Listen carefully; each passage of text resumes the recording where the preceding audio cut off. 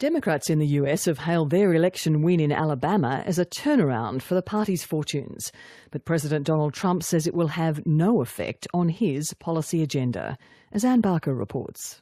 I've received calls from Democratic senators and calls from the President of the United States, President Trump, all very gracious. Doug Jones is still coming to terms with his shock victory in Alabama, a staunchly Republican state, and what it means for the Democratic Party. When the people of Alabama elect a senator who runs on a platform of trying to find common ground and reaching across aisles, I think that's a message that both political parties should take heed. And both sides of politics are digesting what it means nationally, particularly for President Donald Trump. As the leader of the party, I would have liked to have had the seat. Only a year ago, the Republicans won Alabama by a healthy margin.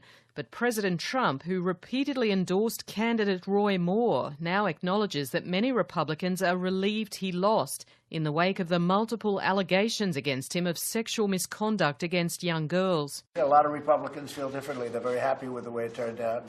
The Democrats' win not only reduces the Republicans' slim majority in the Senate, but it gives the party valuable momentum at a crucial time, coming as it does ahead of next year's congressional elections, where that majority could disappear altogether.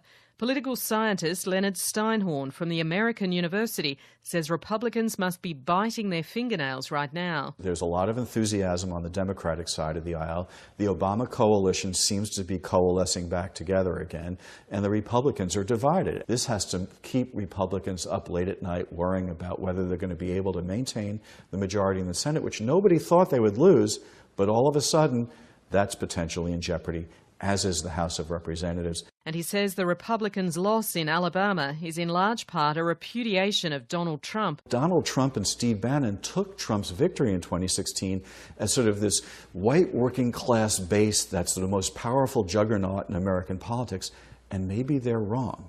So when you put up candidates who appeal only to the anger of that base, only to the extreme side of the Republican Party, you lose the middle.